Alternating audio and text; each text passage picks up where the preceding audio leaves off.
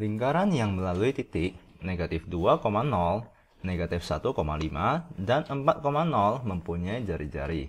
Nah, ini adalah persamaan umum lingkaran adalah x kuadrat ditambah y kuadrat ditambah dengan ax ditambah dengan by ditambahkan dengan c sama dengan 0. Nah, jika kita mengetahui tiga titik sembarang, maka kita bisa memasukkan titik tersebut ke dalam persamaan umum. Lalu kita mencari jari-jarinya, karena pertanyaan adalah mencari jari-jari ya. Itu adalah akar dari 1/4 A kuadrat ditambahkan dengan 1/4 B kuadrat dikurangkan dengan C.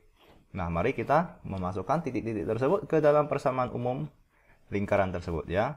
Nah, untuk titik negatif 2,0, maka mari kita masukin ya. Negatif 2 dipangkatkan dengan 2 itu adalah 4.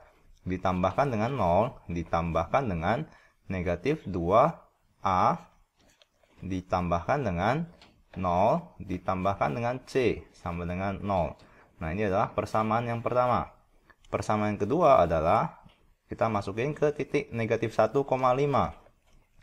Maka ini akan menjadi negatif 1 dikuadratkan akan menjadi 1, ditambahkan dengan 25, ditambahkan dengan negatif A, ditambahkan dengan BY, itu adalah 5B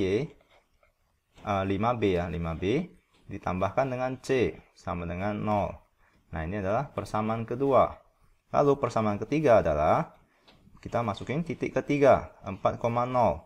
Maka ini sama dengan X adalah 4, 4 dipangkatkan dengan 2, itu adalah 16, dijumlahkan dengan 0, dijumlahkan dengan 4A, dijumlahkan dengan BY, itu adalah 0, ditambahkan dengan C, sama dengan 0. Ini adalah persamaan ketiga. Nah, mari kita cari A, B, dan C untuk mencari jari-jarinya ya. Nah, maka untuk mencari, pertama adalah mari kita gunakan teorema programa linear ya, untuk mencari. Misalnya di sini kita menggunakan persamaan 1 dan 3. Maka kita bisa eliminasi C dan mencari A ya. Maka persamaan 1 dan 3 itu akan menghasilkan 4 ditambahkan dengan 4 bersama 1 ya, 4 dikurangkan dengan 2A ditambahkan dengan C sama dengan 0. Dimana persamaan ketiga adalah 16 ditambahkan dengan 4A ditambahkan dengan C sama dengan 0. Nah, maka mari kita eliminasi C. Maka kita bisa temukan A ya. Maka ini adalah pengurangan. Ini adalah 4 dikurangkan dengan 16, itu adalah negatif 12. Lalu dikurangkan dengan negatif 2 dikurangkan dengan 4. Ini adalah negatif 6A ya, 6A. Nah, ini akan menjadi 0 sama dengan 0. Maka A itu sama dengan, ini adalah 12 ya, dibagikan dengan negatif 6. Maka A sama dengan negatif 2.